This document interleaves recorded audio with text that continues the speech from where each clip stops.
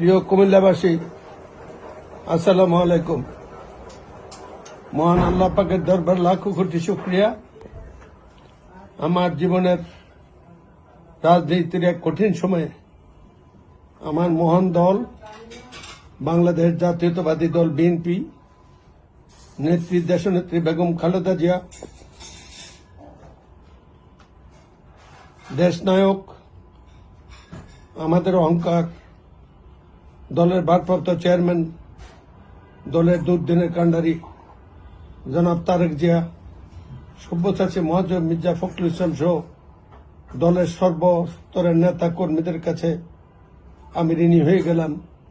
দল আমাকে সম্মানিত করেছে, আমি যেন দলের এই ঋণ শোধ করতে পারি, কুমিল্লাবাসীর এই ঋণ শোধ করতে পারি।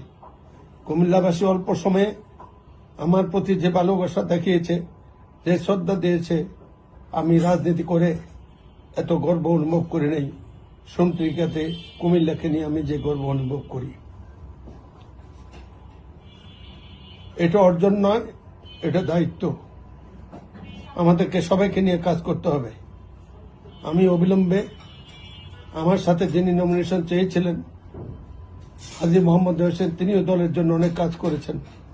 আমি অবিলম্বে প্রথম সুযোগে তার সাথে সাক্ষাৎ করব। দলের অন্যান্য স্তরের নেতা কর্মীদের সাথে আমার কারো বিরুদ্ধে কোনো অভিযোগ নাই।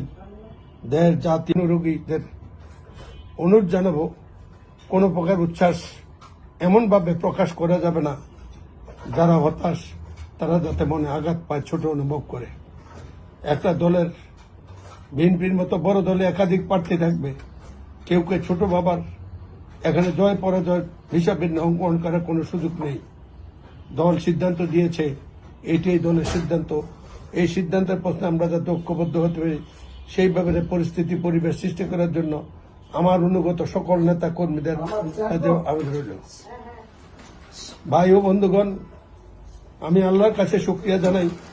আপনারা যারা পারেন সবাই শুকরিয়া নামাজ আদায় করে নেত্রী খালেদা জিয়া, নেতা তারেক জিয়া এবং দলের সকল স্তরের নেতা কর্মীদের জন্য, বিশেষ করে যারা দুর্দিনে ত্যাগ স্বীকার করেছে, যারা দুনিয়াতে আছে দুনিয়াতে নাই, সবার জন্য আপনারা দোয়া করবেন।